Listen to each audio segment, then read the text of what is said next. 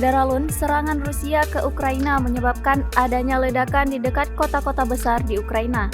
Serangan tersebut menyebabkan sejumlah orang terluka dan kehilangan tempat tinggal.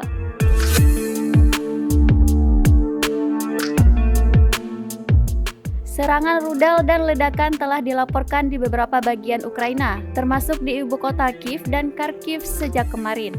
Kiev juga menjadi kota pertama yang terkena bom sejak Rusia melancarkan serangan militer ke negara itu. Di ibu kota Ukraina juga sempat terjadi kemacetan panjang. Hal ini karena penduduk Ukraina meninggalkan kota itu setelah pasukan Rusia melancarkan serangannya. Beberapa penduduk Ukraina mencoba melarikan diri ke barat. Beberapa warga juga mencari perlindungan di stasiun metro bawah tanah.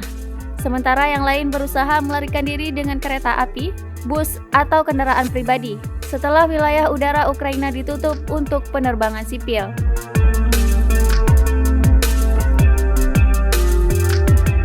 Ukraina telah mengumumkan darurat militer sejak terjadinya serangan tersebut dan telah memutuskan hubungan diplomatik dengan Rusia. Dikutip dari BBC.com, pasukan Rusia melanjutkan serangan skala penuh di Ukraina karena militernya menyerang negara itu dari utara, timur, dan selatan.